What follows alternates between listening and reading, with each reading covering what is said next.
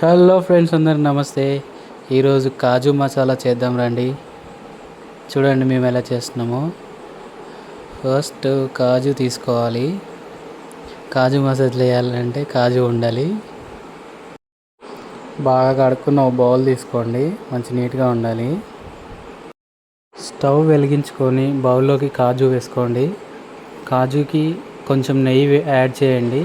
కొంచెం అటు ఇటు కలుపుకున్న తర్వాత కొంచెం పసుపు, అలాగే కొంచెం కారం పొడి అండ్ కొంచెం తగినంత సాల్ట్, లైట్గా మన గరం మసాలా వేసుకోండి. వేసుకొని బాగా కలుపుకోవాలి.